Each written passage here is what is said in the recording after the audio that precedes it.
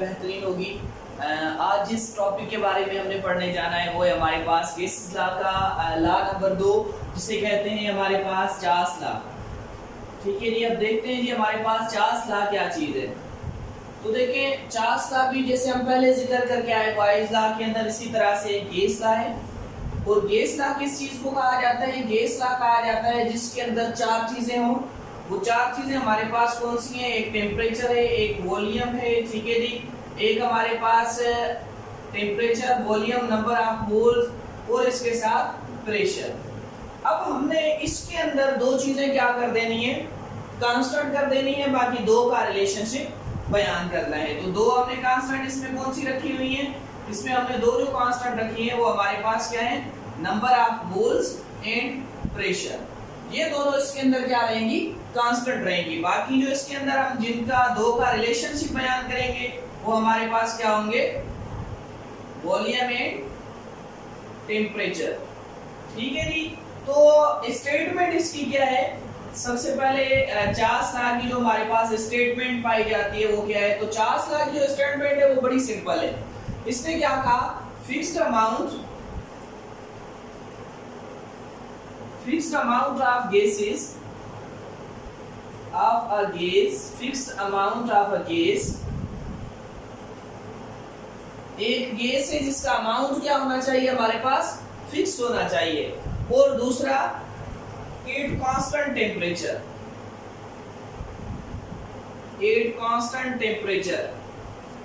और उसका जो टेम्परेचर है वो हमारे पास क्या होना चाहिए? कांस्टेंट होना चाहिए। अब क्या होगा? कहता है volume is directly proportional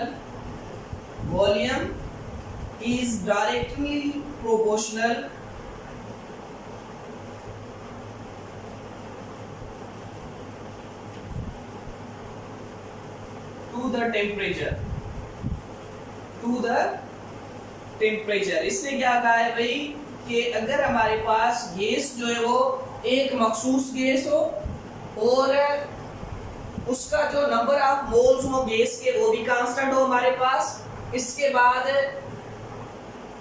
temperature हमारे पास है वो, सॉरी यहाँ पर टेम्परेचर नहीं आएगा, आएगा प्रेशर। ठीक है जी, एक कांस्टेंट प्रेशर, कि भाई हमारे पास क्या हो? जब प्रेशर क्या हो? कांस्टेंट हो, और अमाउंट ऑफ गैस भी क्या हो? कांस्टेंट हो। तो क्या होगा? तो ये होगा कि जो हमारे पास वॉल्यूम है वो डायरेक्टली प्रोपोर्शनल होगा टेम्परेचर के। यानी कि अगर हमारे पास वॉल्यूम बढ़ेगा तो ऑटोमेटिकली हमारे पास टेम्परेचर भी बढ़ेगा। मिसाल ले लेते हैं कि भाई अगर हमारे पास ये एक सिलेंडर मौजूद है जिसके अंदर हमने एक पिस्टन लगाया हुआ है, और ये भी दूसरा हमारे पास एक सिलेंडर मौजूद है जिसके अंदर हम लोगों ने एक पिस्टन लगाया हुआ है। ये पिस्टन फ्री मूवेबल है। इन दोनों के ऊपर जो हमारे पास प्रेशर है वो क्या है? कांस्टेंट है। कांस्टेंट इसके ऊपर भी दिया हुआ है हम लोगों ने। ठीक है जी, प्रेशर दोनों के ऊपर क्या है? कांस्टेंट है। प्रेशर दोनों पे कांस्टेंट है, पर इसका जो हमारे पास टेम्परेचर है वो कितना है? इसका जो टेम्परेचर है वो है हमारे पास 10 सेंटीग्रेड, और इसका जो हमारे पास टेम्परेचर है वो है 20 सेंटीग्रेड। ये हम लोग एग्जांपल ले रहे हैं। तो देखें इसका टेम्परेचर क्या है? कम है। तो जब इसका टेम्परेचर कम है तो इसके जो मॉलिक्यूल होंगे, इस गैस के जो मॉलिक्यूल होंगे वो क्या होंगे? एक दूसरे के साथ करीब करीब होंगे। जब करीब करीब होंगे तो वो इतनी ज्यादा जगह भी नहीं घेरेंगे। जब वो ज्यादा जगह नहीं घेरेंगे तो उनका वॉल्यूम कम होगा। तो ये पता चला कि भाई अगर टेम्परेचर कम होगा तो वॉल्यूम कम होगा।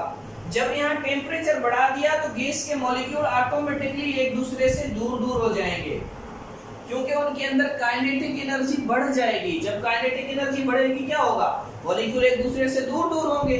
जब मॉलिक्यूल एक दूसरे से दूर दूर होंगे इस टेम्परेचर की वजह से, क्योंकि ये टेम्परेचर हमारे पास क्या है? ज्यादा है, तो ये मॉलिक्यूल दूर दूर होंगे और वॉल्यूम बढ़ेगा। तो जब हमने टेम्परेचर बढ़ाया तो वॉल्यूम बढ़ा, जब हमने टेम्परेचर कम किया तो वॉल्यूम कम हो गया। तो चार्ल्स क्या कहता है? चार्ल्स का जो मुकम्मल नाम है वो है हमारे पास JAC। चार्ल्स, ठीक है जी, यानी जैकबस अलेक्जेंडर सीज चार्ल्स, ठीक है जी, जैकबस अलेक्जेंडर सीज चार्ल्स, ये इसका मुकम्मल नाम है। आप हमारे पास 1737 के अंदर आए, ठीक है जी, 1737 के अंदर आप आए थे हमारे पास, जब आपने ये ला दिया है 73 आई थिंक 1787 के अंदर आप आए और आपने ये हमें ला दिया है। आपने क्या कहा कि जो वॉल्यूम है वो डायरेक्टली प्रोपोर्शनल होता है टेम्परेचर के, कि अगर आप वॉल्यूम बढ़ाओगे तो टेम्परेचर बढ़ जाएगा। इसका एक और भी हमारे पास सिंपल सा मिसाल है, आपने देखा होगा जो दूसरे ममालिक हैं उनके अंदर एक बलून उड़ते हैं जिनके अंदर वो क्या करते हैं, लोग बिठा के लेके जाते हैं। ये बलून कुछ इस तरह का होता है, इसके नीचे यहाँ पर आग जलाई जाती है। जब आग जलाई जाती है तो ये बलून के अंदर गैस स्पीड से बढ़ती है, इसका वॉल्यूम जो है वो क्या होता है, वो और बढ़ जाता है। जब इसका वॉल्यूम बढ़ता है तो वॉल्यूम बढ़ने की वजह से क्या होता है कि वो स्पीड के साथ ऊपर जाता है। जैसे वॉल्यूम कम कर देते हैं तो आहिस्ता आहिस्ता नीचे आना शुरू हो जाता है। तो इससे भी ये बात साबित होती है कि जब हम लोग यहाँ पर क्या कर रहे हैं, टेम्परेचर को इंक्रीज कर रहे हैं, तो ऑटोमेटिकली हमारे पास वॉल्यूम भी इंक्रीज हो रहा है। तो जब टेम्परेचर इंक्रीज करेंगे तो वॉल्यूम इंक्रीज होगा। ये हमें किसने कहा था, जी हमें कहा था चार्ल्स ने। इसका एक और भी हमारे पास सिंपल सा मिसाल है कि अगर आप एक बलून भर दें, अब उस बलून को आप फ्रीजर के अंदर रख दें, जब आप उसे रेफ्रिजरेटर के अंदर रख देंगे तो कुछ टाइम के बाद उस बलून की शक्ल जो है वो छोटी हो जाएगी। वजह क्या है कि जब गैस के मॉलिक्यूल करीब करीब आ जाएंगे तो ऑटोमेटिकली उसकी शक्ल छोटी हो जाएगी। यही वजह है जब हम बलून किसी पार्टी के अंदर फुला के रख देते हैं तो दूसरे दिन क्या हो जाता है, उनकी साइज छोटी हो जाती है। क्यों छोटी होती है, क्योंकि रात के टाइम पे टेम्परेचर जो है वो कम हो जाता है। उस वजह से ये क्या हो जाते हैं, टेम्परेचर के कम होने की वजह से जो बलून है हमारे पास वो उसके अंदर बलून के अंदर जो गैस भरी जाती है वो ऑटोमेटिकली एक दूसरे के करीब आ जाते हैं मॉलिक्यूल्स, और वो बलून जो है वो हल्का हो जाता है। इसी तरह से अगर हम किसी बलून को फुल हवा से भर के रख दें धूप के अंदर, तो जब गर्मी होगी तो वो ऑटोमेटिकली फट जाएगा। वजह क्या है कि उसके मॉलिक्यूल जो है वो एक दूसरे से जब दूर दूर चले जाएंगे तो वो वॉल्यूम बढ़ेगा। जब वॉल्यूम बढ़ेगा तो ऑटोमेटिकली वो हमारे पास क्या होगा, फट जाएगा। अब आ जाते हैं इसकी कैलकुलेशन की जाने। जब हमारे पास V डायरेक्टली प्रोपोर्शनल किसके होता है, T के, तो इसे हम लोग इस के साइन को खत्म करने के लिए हम क्या लिखेंगे, V is equal to K into T। के हमारे पास क्या है, गैस प्रोपोर्शनलिटी साइन है, या इसे हम लोग गैस कांस्टेंट भी कहते हैं। अब इसके बाद अगर हम लोग इनको आपस में मल्टीपल करवा दें तो हमारे पास क्या होगा, V upon T is equal to K। अब ये तो वॉल्यूम 1 का जिक्र हो रहा है, तो इसी तरह से जब वॉल्यूम 2 हमारे पास आ जाएगा, पहली इक्वेशन ये बन गई, V upon T is equal to K, ठीक है जी। और इसके बाद अगर हमारे पास 2 है, यानी कि जितना हम क्या कर रहे हैं, जितना टेम्परेचर बढ़ा रहे हैं उतना ही वॉल्यूम बढ़ रहा है, जितना टेम्परेचर घटा रहे हैं उतना ही वॉल्यूम भी क्या हो रहा है, कम हो रहा है।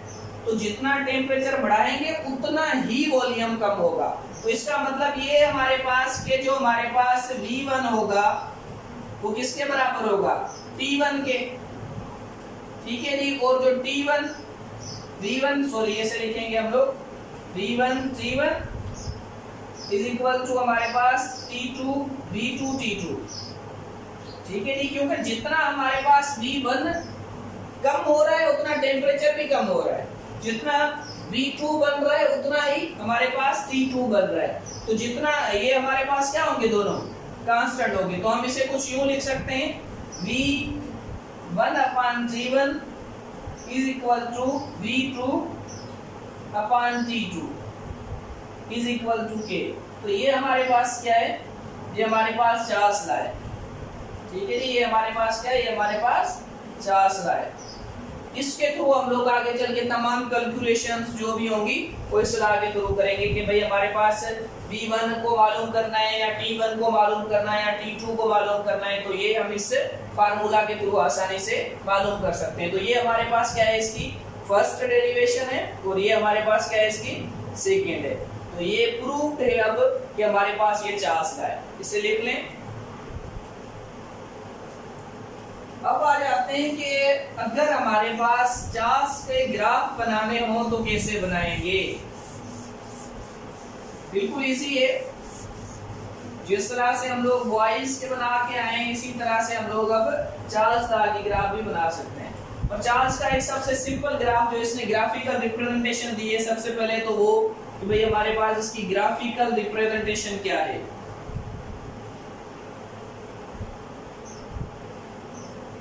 अब देखते हैं इसने क्या कहा। इसने वॉल्यूम को बढ़ाने की बात की कि अगर वॉल्यूम बढ़ाओगे तो टेम्परेचर भी आपके पास क्या होगा, बढ़ जाएगा।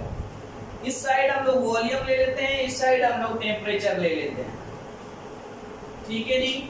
अब टेम्परेचर कैसे लेते हैं, ये हमारे पास है 300 माइनस के अंदर है ये हमारे पास है 200 सेंटीग्रेड, ये हमारे पास है 100 सेंटीग्रेड, ये 0। इसी तरह से अब इस तरफ आएंगे तो ये हमारे पास हो जाएगा 100, ये 200 और ये हमारे पास क्या होगा 300। इस तरह से फिर बढ़ता जाएगा जितना भी आगे जाए। अब आपको अच्छी तरह से इल्म है कि हमारे पास जब 0 सेंटीग्रेड होता है तो उस वक्त जो केल्विन हमारे पास होता है वो 273 के बराबर होता है, ठीक है जी। 273 के बराबर होता है। अब इसे हम लोग 100 माइनस कर देंगे क्योंकि माइनस है, और इसी तरह से ये हमारे पास एक क्या हो जाएगा, यानी कि केल्विन जब हमारे पास 0 पे आएगा तो कितने पे आ जाएगा, 273 पे आ जाएगा। अगर आगे चलेंगे तो ये हमारे पास अब क्या हो जाएगा 373, ये हमारे पास क्या हो जाएगा 473, ये 573, क्योंकि 100 बढ़ रहा है, इसमें ये कम आ जाएगा, क्या होगा 173, इधर सिर्फ 73 और इधर हमारे पास क्या हो जाएगा 0 केल्विन स्केल। अब ये हमने ग्राफ बनाया इसी तरह से 1 2 3 4 5 6 जो भी हम लोग एग्जांपल वॉल्यूम ले लें, ठीक है जी, वो कोई भी ले सकते हैं, इसे मिलीलीटर में भी आप ले सकते हैं। तो अब ये हमारे पास क्या है, एक वॉल्यूम है। अब चार्ल्स का जब ग्राफ बनेगा तो कैसे बनेगा,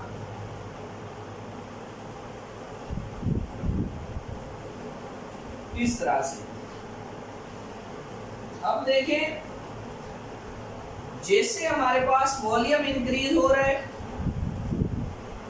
वैसे हमारे पास टेम्परेचर भी इंक्रीज हो रहा है, यानी कि जैसे टेम्परेचर बढ़ता जाएगा वॉल्यूम भी बढ़ता जाएगा। 1 पे ये था, अब 100 पे देखते हैं इस जगह पे, तो यहाँ पर क्या हो गया, टेम्परेचर भी बढ़ गया। यहाँ चले गए तो और भी टेम्परेचर बढ़ गया। अच्छा, ये जो लाइन है ना, ये यहाँ से लेकर हम लोग इस जगह तक, ठीक है, और इसके बाद इसे डॉटेज लाइन से शो किया गया है। ये हमारे पास 273.15 और 16, ठीक है जी। 15 भी दिया गया है, कुछ बुक्स में 16 भी दिया गया है, लेकिन ज्यादातर 16 लिखा हुआ है, आप 16 लिखेंगे तो ये हमारे पास क्या है, इस जगह पर। अच्छा, ये जगह क्या है, ये वो जगह है, इसे कहा जाता है एब्सोल्यूट जीरो।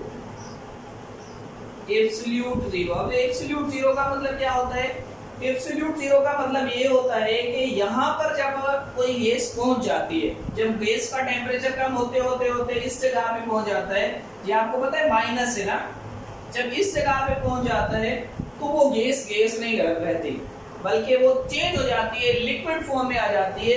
इस वजह से इसे हम लोग क्या कहते हैं, इस टेम्परेचर को एब्सोल्यूट टेम्परेचर और एब्सोल्यूट जीरो के नाम से जाना जाता है। इसके बाद यानी इसके बाद हमारे पास कौन सी गैस आ जाती है, आइडियल गैस, जो असल में आज तक हमने देखी नहीं, ना ही होती है, क्योंकि इसके बाद वो चीज लिक्विड में चेंज हो जाती है। इस टेम्परेचर के बाद वो चीज लिक्विड में चेंज हो जाती है, तो उसे कहते हैं आइडियल गैस, जो सिर्फ सोची जा सकती है पर असल में होती नहीं है। तो इस तरह से हमारे पास क्या है, ये कहना चाहता है कि जैसे हम लोग क्या करेंगे, वॉल्यूम इंक्रीज करेंगे, टेम्परेचर इंक्रीज होगा, जैसे हम लोग टेम्परेचर इंक्रीज करेंगे ऑटोमेटिकली वॉल्यूम इंक्रीज होगा। तो जब यहाँ पर हम लोग आ गए तो ये वाली वो जगह है जिसे हम लोग एब्सोल्यूट जीरो कहते हैं। क्यों कहते हैं, इस वजह से इस नुक्ते को एब्सोल्यूट जीरो कहते हैं क्योंकि यहाँ पर आने के बाद वो गैस गैस नहीं रहती, वो लिक्विड के अंदर चेंज हो जाती है। इस वजह से हम क्या कहते हैं, इसे एब्सोल्यूट जीरो कहते हैं।